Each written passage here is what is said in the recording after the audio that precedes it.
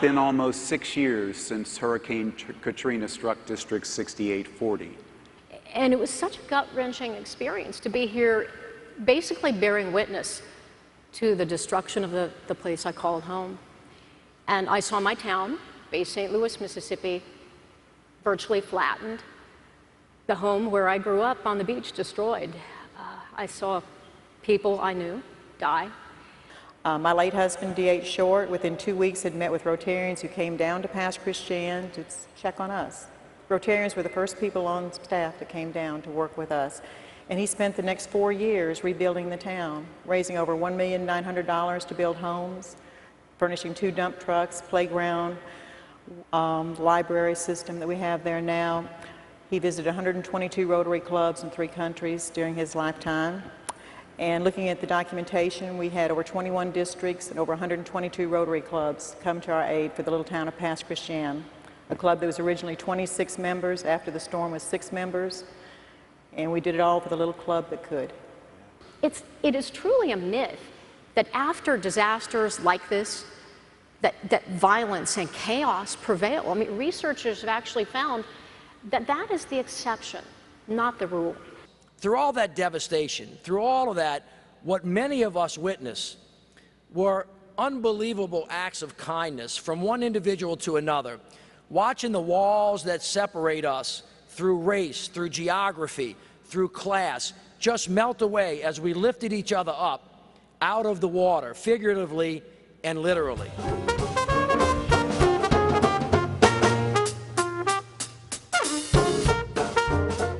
Rotary's role in Africa is not political.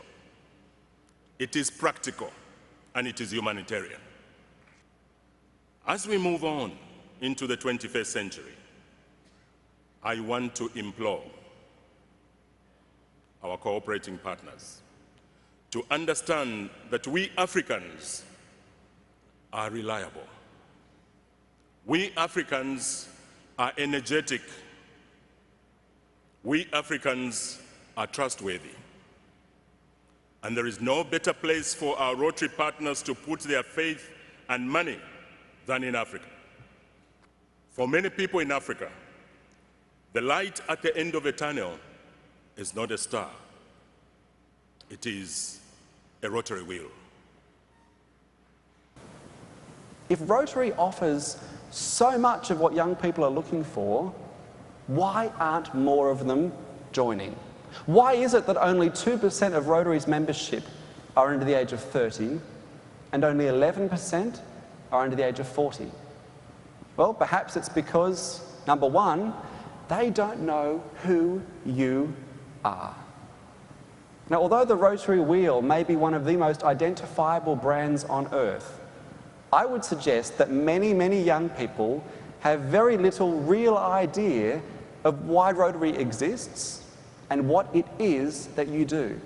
Yet the challenge that you face is to change this perception. The UN cannot bring about global change on their own. Neither can governments, philanthropists, or multinational corporations for that matter. It's you, Rotarians, an army of 1.2 million ordinary, everyday people who truly have the power to change the world. Now, realizing that profound truth in that moment, all I knew is that I wanted to be part of it. And as of February 28th this year, I officially joined your ranks, and I'm proud to say that I am a Rotarian.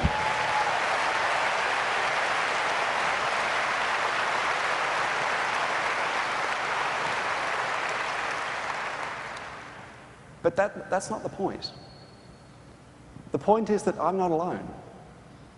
There are a multitude of passionate, engaged, and inspired young people around the world right now who are ideally placed to join this incredible organisation.